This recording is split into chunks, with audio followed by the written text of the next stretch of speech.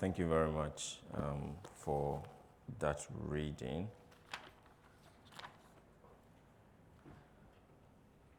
As I normally always start with this, I like to define some of the key words that we will be focusing on during.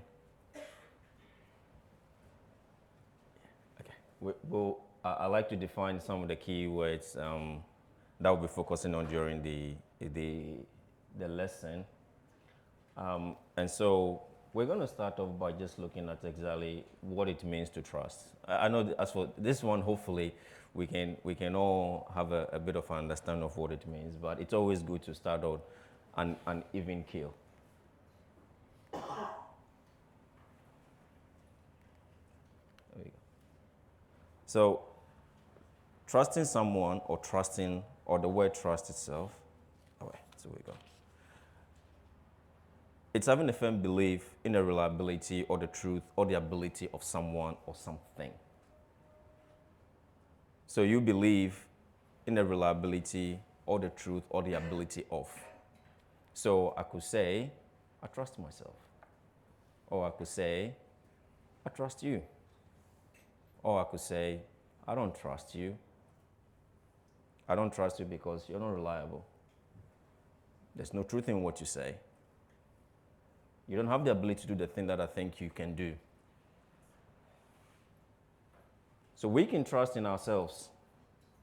We can trust in our own abilities. You can trust in someone else. Now that someone else could be a family member, it could be a friend, it could be whoever. Or you could trust in material things. I trust that my car will get me from home to church because it's not going to break down. Up until recently, if I had a car that you couldn't trust because she wakes up in the morning and the car will not start.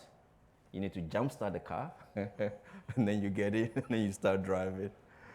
I jumpstart it. I drive them to school. I come back to the filling station to fill the tank up. I park the car. I fill it up. Start. It won't start. I have to go back in and jumpstart again. That's not a reliable car. So we can trust in things.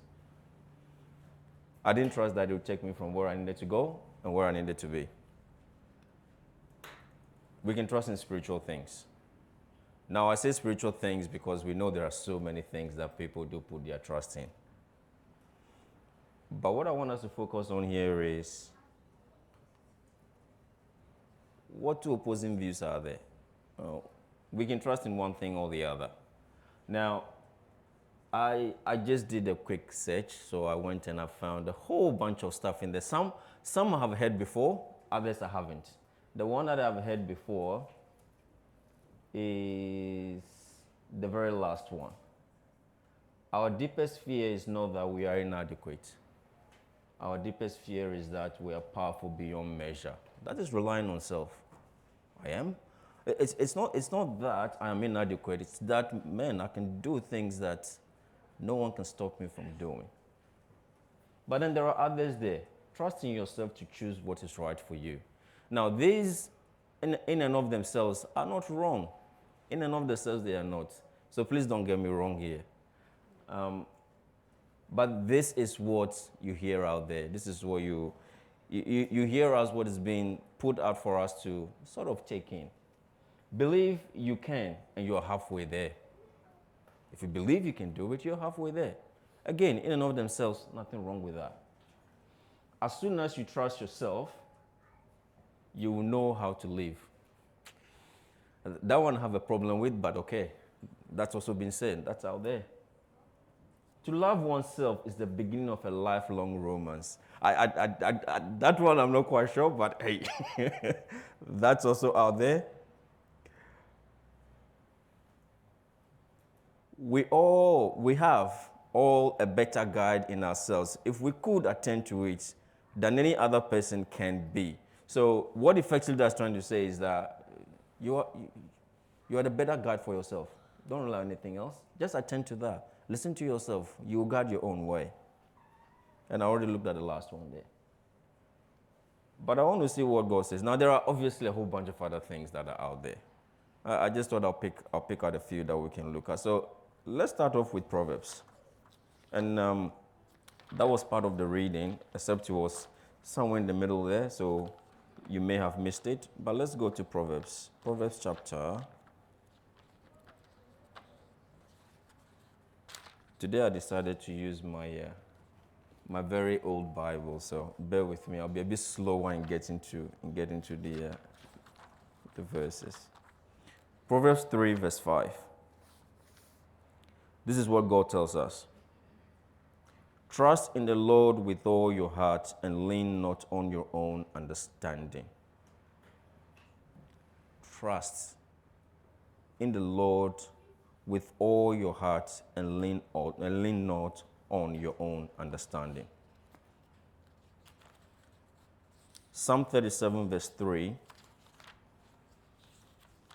the Psalmist there says, Psalm 37, verse 3, trust in the Lord and do good, dwell in the land and feed on his faithfulness. We'll take one more. Isaiah 26, verse 4.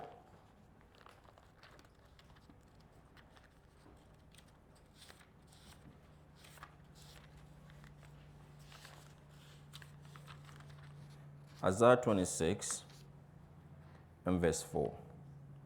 Trust in the Lord forever, for in Yah the Lord is everlasting strength. Trust in the Lord forever. Now,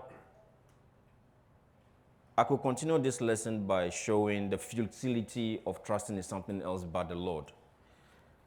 But I don't particularly enjoy focusing on negatives. So I want us to focus on the positive, and the positive of why we should trust in God. And what I mean by that is all the good things that will come out of it. So not all the bad things that we could get for focusing on the wrong things, but all the good things that we can get from focusing on the right thing. So now we'll go back and we'll go through every single good thing that's mentioned in the Proverbs reading that was brought to us at the beginning. Starting from the very beginning there, in verse 2, Proverbs chapter 3, verse 2. So it says there, for length of days and long life and peace will add to you. Now, it says do something, then something. This almost sounds to me like the Beatitudes, right? Blessed are the blah for blah. Now, for each of these, there is a do something and then there is a blessing. Do something and then there's a blessing. So I'm touching on every single one of those because this all comes from trusting in God. When we trust in God, then, as verse 1 says, we will not forget the laws of God, but we'll let our hearts keep his commands. And when we do that, what it's saying here, for length of days and long life and peace, they will add to you.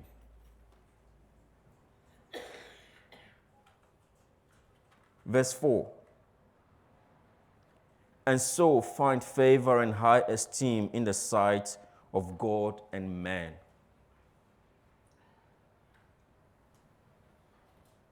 If we keep mercy and truth and not forsake it, and bind that to our necks, and write them on the tablets of our hearts, effectively, that's us. It's infused in us. It's our entire being. What it's saying there is, we will find favor and high esteem in the sight of God and man. Not just God and man. Now, I know there are many negatives around, especially in your workplaces.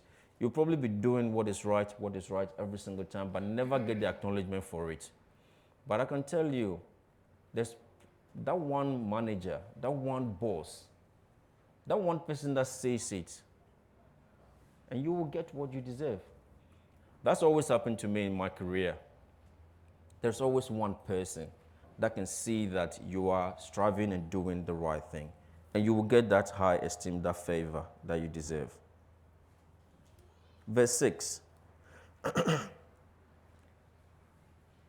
In all your ways acknowledge him, and he shall direct your path. The direction that you need. For me, this is the key to us surviving anything. Because if we acknowledge God, if we trust in him that much, he is going to direct our paths.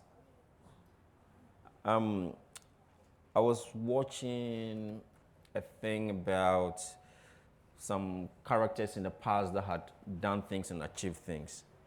And I don't remember the lady's name, but there was this lady, black African American, back in probably the early 50s. She got on her motorbike and just rode through the U.S. Now, if you know the U.S. back in those days, that wasn't something that was really safe for an African American woman to get on the bike and just do that. But when she was asked, she said, I don't know, there was something leading me. I always felt there's danger, they don't go that way, go this way. And she did that. Now, whether that's true or not, what I'm trying to point to here is you will see a lot of wrong way. Don't turn this way if you trust in God, because you will be attuned. We will be attuned to there's a danger there. I'm not going that way. I'll go this way because of the trust that we have in God. Verse 8. It will add, or it will be health to your flesh and strength to your bones. Now, if we are not wise in our own eyes, verse 7, and we fear the Lord and depart from evil, that's going to do what? It will add health to our flesh and strength to our bones. Now, already we've been told about long days and long life and peace. Well, not only will you have that, because you can have long days, but in pain, right? This is saying here there'll be strength and there'll be health. If you don't believe it, give it a try and see. Just give it a try and see. And then the very last one there from this set of reading, verse 12. I'll read verse 11 first. My son, do not despise the chastening of the Lord, nor detest his correction. For whom the Lord loves, he corrects. Just as a father, sorry, that's the wrong one. Verse 10. I was like, that's not what I wanted to say. Verse 10. I'll read verse 9 first. Honor the Lord with your possessions and with the first fruits of all your increase. So your barns will be filled with plenty, and your vat will overflow with new wine. So the Lord has blessed you. Now, if you trust in him, you won't hoard, right? You won't keep to yourself. You'll be willing to give. You'll be willing to freely give. But then he's saying, for as much as you give, or as easily as you do that, as easily as you honor him with all of those, you will not be lacking. To me, that's what that means. I don't have a farm with a barn in there, so if you're a farmer, yes, you may have plentiful increase. But for me, what that means for me is that I would never lack. And I would actually even have more than I need. Again, put the Lord to the test and see what happens. In this particular form I have, and I can attest to you, you will never lack. Because trust in the Lord and trust in him to be the one that protects you, that provides for you, that gives you everything that you need. And then you will see you will never lack. Never. Now, of course, our definitions of needs are different, right? Sometimes we mix up wants with needs. So you go, but I want this and I only had that, so I'm still lacking. No, not quite. That's not what I mean. What you need? I've had instances where I go, how am I going to pay that bill or get that food or this? And somehow it happens. I don't know, but somehow it happens. Trust in the Lord and he will not let you down. Now let's go into Psalms and see what other scriptures tell us. Psalm 33. Psalm 33, verse 16 and 17. No king is saved by the multitudes of an army. A mighty man is not delivered by great strength. A horse is a vain hope for safety. Neither shall it deliver any by its great strength. Why? Now, this is the negative, right? This is here showing that you can rely on other things. You can try and rely on the multitude of numbers that you have. Your own abilities, the strength, how good looking you are, maybe. The material wealth, possessions that you have. It's saying there, none of those will provide safety for anyone. So why trust not in the Lord? Because he will be your strength, your refuge, which is what we are told in Psalm 62. Psalm 62, verse 8.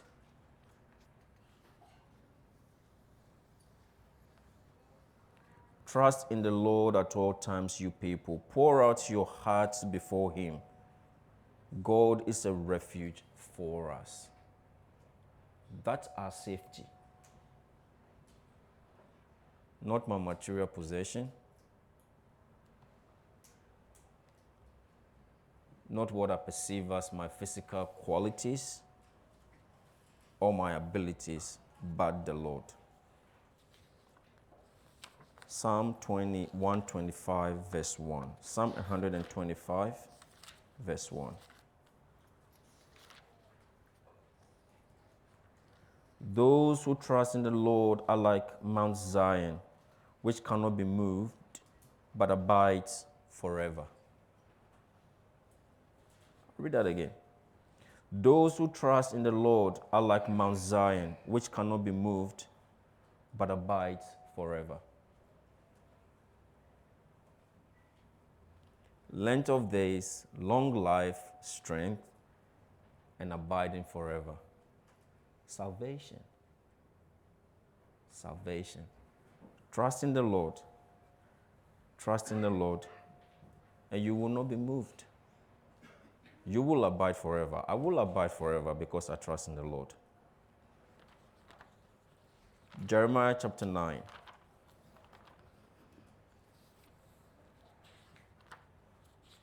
These are all reasons for us to stop relying on ourselves and rely on God. Reasons for us, when things get hard, for us to go back and think, oh, I'm exhausted. I just want to give up now and do what I want. No, let's trust in the Lord. Jeremiah chapter 9, verse 23 and 24. Thus says the Lord, let not the wise man glory in his wisdom. Let not the mighty man glory in his strength. Nor let the rich man glory in his riches. But let him who glories glory in this, that he understands and knows me, that I am the Lord, exercising loving kindness, judgment, and righteousness in the earth. For in these I delight, says the Lord. You think you're wise? It won't serve you anywhere. It won't serve you anything. It won't help you in any way. You think you're rich? Well, that's not going to help or matter either. You think you're a mighty person? That's also not going to help.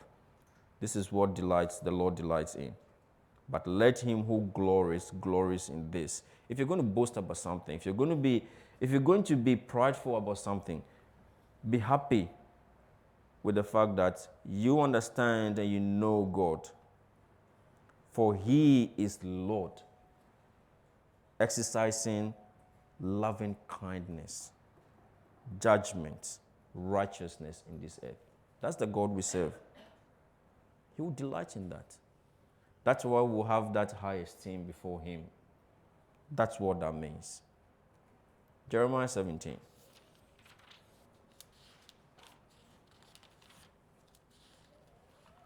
More reasons for us to put our trust in the Lord. Jeremiah 17, verse 7 and verse 8. Blessed is the man who trusts in the Lord and whose hope is in the Lord. For he shall be like a tree planted by the waters which spreads out its roots by the river, and will not fear when heat comes, but its leaf will be green, and will not be anxious in the year of drought, nor will cease from yielding fruits. I remember Isaac, the other Isaac, giving us a lesson on this some months back. When we trust in the Lord, we will be like a tree planted by the waterside. We're plugged in, right? Using terms that we are probably more familiar with right now. If you have a phone that dies very quickly and you plug it in, it's charging, right? It's got power. You want to be plugged into the source, so everything's plentiful for you. If I want to be, trust in God.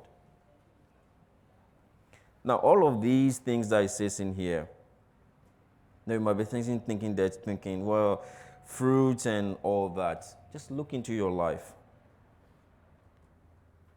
If you need strength, you will get it because you trust in God. The job you have is not what you want. Trust in God. The job you want will probably come along at some point. You have issues in relationships, at home, in your family, at workplaces. Trust in God. It's going to work out. Obviously, you've got to take steps yourself too, but trust in God.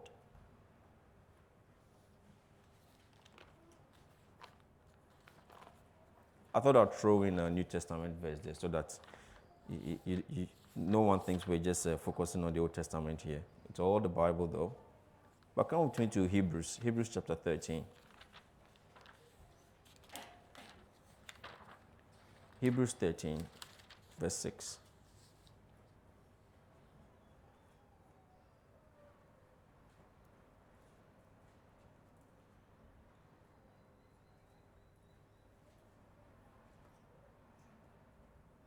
I'll read from verse 4 because it sort of starts in the middle of a sentence.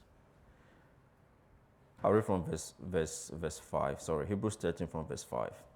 Let your conduct be without covetousness, and be content with such things as you have. For the Lord himself said, I will never leave you nor forsake you. So we may boldly say, the Lord is my helper. I will not fear. What can man do to me? The Lord is my helper. I will not fear. What can man do to me?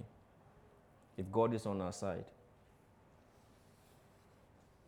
Yeah, I watch a lot of science fiction, so I like to imagine, I've got like, mighty angels, with swords and stuff behind me. And you walk around bold not because in your own strength, but you walk around because you know, hey, I've got God on my side. Think back to when Joshua, they had all those battles back in those days, when the armies of hosts were fighting for them. It wasn't them. We have that if we trust in God. You can walk around feeling, I've got protection. I've got God on my side. Everything is going to work out. Because there are powers and principalities out there that we cannot see or fathom. We don't know. I don't know. But I trust a God that is almighty, that has all strength, that knows all, that's above all. And if we trust in him,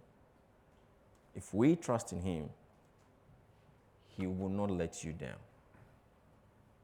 My lessons are very short because I talk, but not when it comes to preaching. So Psalm 9 verse 10.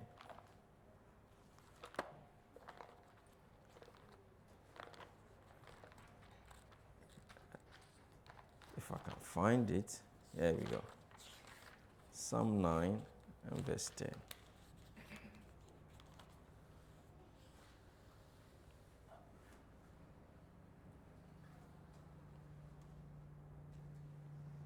And those who know your name will put their trust in you. For you, Lord, have not forsaken those who seek you.